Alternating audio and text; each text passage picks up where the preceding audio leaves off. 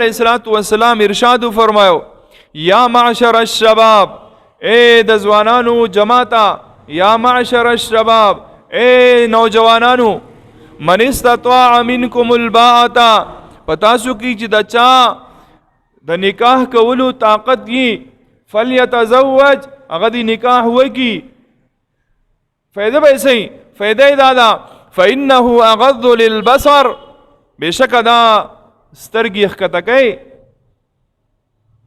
وأحسن للفرج او شرمگاہ پاکی. نبی علیہ الصلوۃ والسلام فواید ذکر کړ. ستا بسترګو کې به حیا راشي، ستا سترګې به مړې شي، او د ګناه ابتدا دا کیږي د سترګو نه. نو ستا چې کله سترګې پاکې شوې په سترګو کې د حیا رااله نو معاشره به د ګناهونو نه پاکه شي. دی وجنه نبی علیہ الصلوۃ والسلام فرمایل چې دا نظر دا شیطان د غشونه یو غشې دی، او چې په کم سیز باندې پریوځي د هغه سیز عکس زړه ته راوړي. نو چې ته کم سیز اینه کم سیز وې او کم سیز اورې نو دغه وستا په زړه کې زګې کوي زی بنسي. یو انسان دی هغه قرآن اوري، قرآن ګوري، قرآن وای، د زړه ته به د قرآن یقین نازي. یو سړی د الله بڑائی بیانوي، د الله تعالی بڑائی ګوري، د الله تعالی بڑائی اوري، د په زړه کې به دغه یقین نازي، دا به کې مضبوطیږي.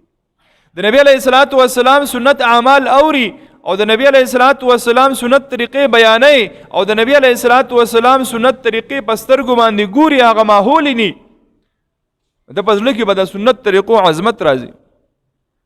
نبی علیہ الصلوۃ والسلام فرمایل یا معشر الشباب اے نوجوانانو من استطاع منکم الباءة بتاسو کی د چا طاقت یي چې هغه نکاح کولی شي فلیتزوج بس نکاح دی وکي.